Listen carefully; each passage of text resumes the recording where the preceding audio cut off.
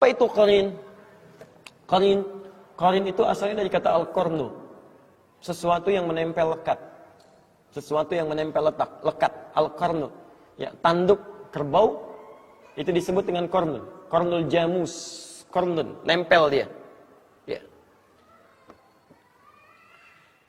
Kalau ada teman yang selalu lekat, memberikan pengaruh gitu kan, sampai nempel betul, nggak mau terpisahkan, tapi itu kemudian berubah katanya dari qarnun menjadi qarinun.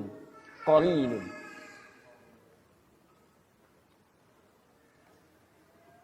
Nah, ada orang-orang yang menjadikan setan sebagai teman dekatnya, dan setan nggak mau berpisah dengan dia. Hati-hati ya. Makanya nanti kenapa setan disebut dengan qarin? Karena setan itu selalu pengen lekat dengan manusia seperti tanduk nempel pada kerbau. Ya, didekatin terus dan selalu membisikkan yang buruk-buruk. Ya, yang buruk-buruk, memberikan was-was macam-macam, ya, dan sebagainya. Dan menariknya, ada orang-orang yang secara dia tidak sadar nih.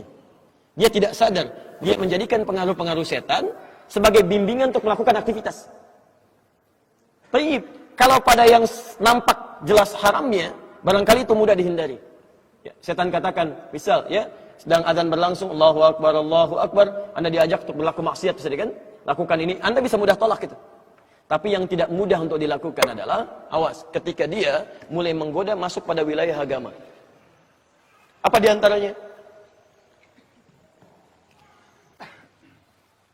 Misal, saya berikan beberapa gambaran. Quran, surah ke-18, ayat 103 sampai 104. Posisi paling kiri di pertengahan. Awas, disebut dengan dhalla sa'yuhum fil hayatid dunya wa hum yahsabuna annahum yuhsinuna sun'a. Ada orang-orang yang tersesat dalam amalannya saat hidup di dunia dan dia mengira dia sedang melakukan kebaikan. Jadi ada orang yang digoda oleh setan, godaannya ini mohon maaf ya, bukan pada aspek dunia tapi masuk pada aspek urusan-urusan agama. Tuntunan syariat. Misal, ya, Anda didorong untuk umrah berkali-kali, haji berkali-kali misalnya kan? Padahal di sekitaran Anda ada orang-orang yang sangat membutuhkan, ya, ada orang fakir yang kehilangan mata pencahariannya, ada orang yang putus sekolah, ada macam-macam. Bahkan Allah tempatkan Anda di lingkungan yang memang butuh perhatian. Tapi Masya Allah, Anda jadikan itu sebagai kenikmatan. Berangkat lagi, kasih cerita lagi. Sementara di sekitaran Anda sangat mengharapkan dan berdoa kepada Allah, ya Allah, mudah-mudahan si fulan perhatikan saya. Hati-hati.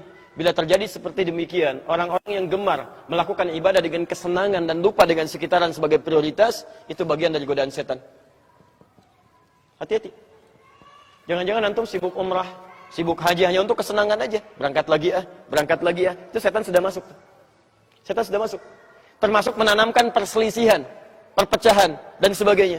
Ya, bahkan Nabi sampai mengingatkan, jangan sampai ada orang belajar, siapapun, orang yang belajar, man ta'allama ilman, siapa yang mempelajari satu ilmu, ya, la yuridu bihi, dia tidak meniatkan untuk pencariannya ini, ya, li ghairi wajhillah, selain kepada ridha Allah Subhanahu wa taala. Ya. Apa di antaranya? Ada yang belajar untuk mendebat orang lain, ada yang belajar untuk menjadikan dirinya hebat, ada yang belajar untuk dikenal, ada yang belajar untuk dinilai sebagai seorang alim. Kata Nabi, la yashtamu raihatal jannah, dia tidak akan pernah mencium bau surga. Hati-hati. Tidak sedikit orang-orang belajar hanya sekedar menampakkan nih saya yang paling hebat dibanding dengan yang lainnya. Termasuk para ustadz juga, Anda harus sering doakan. Apa Anda kira mudah jadi ustadz? Tidak. Riaknya mungkin ada di situ. Ingin banyak dikenal dengan jamaahnya, tidak ingin terpisah dengan jamaahnya, tidak ingin kehilangan jamaahnya, tidak ingin kehilangan popularitas. Itu tidak mudah.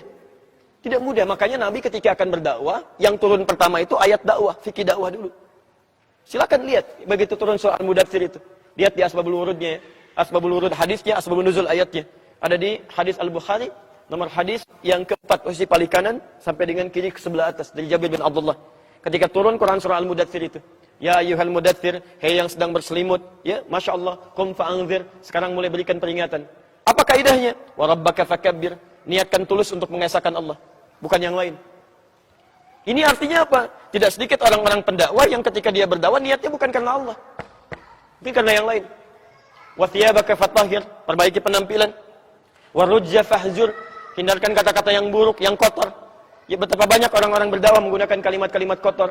Ada yang jorok, ada yang mengarang ceritanya untuk membuat orang lain tertawa. Tidak sedikit yang menjauhkan dari Allah. Semua agama itu sama, menuju pada Tuhan yang sama. Masya Allah, Nabi berjuang lebih daripada 20 tahun. Berjuang untuk menegakkan kalimat tauhid. Untuk membedakan ini Allah, ini bukan. Ini yang layak untuk disembah, ini dijauhi. Tiba-tiba datang orang, membawa gelar tertentu. Ya menyebut dirinya ustadz, macam-macam. Mengatakan semua agama sama. Bahkan ada yang masuk ke tempat ibadah orang lain mencela saudaranya semuslim. Mengatakan ini keindahan Islam. Anda siapa sebetulnya? Ini kan aneh. Ini keindahan Islam tapi mencela saudaranya di tempat ibadah orang lain. Kurang sehat barangkali orang itu. Terlampau lelah mungkin. Jadi ada yang salah teman-teman. Ada yang keliru gitu kan. Makanya coba cek. Ya coba cek. Kalau Anda belajar pada sesuatu yang membuat Anda jauh dari agama. Termasuk nanti lihat ayat itu akan turun deh. Akan turun ya. Termasuk ada orang yang dikaburkan dalam urusan agama. Dia merasa benar padahal banyak salahnya. Ya, banyak salahnya. Saya berikan gambaran sederhana ya. Ketika Anda belajar Islam, tapi tidak membuat Anda tenang pada kepribadian Anda, itu ada yang salah di situ. Pasti ada yang salah. Anda belajar Islam, tapi semakin jauh dari Allah, nggak tenang, atau sibuk mikirin orang lain misalnya, itu pasti ada yang keliru. Ya surga sendiri aja belum jelas, udah mikirin orang lain. Ada yang fatal di situ. Nah, itu yang disebut dengan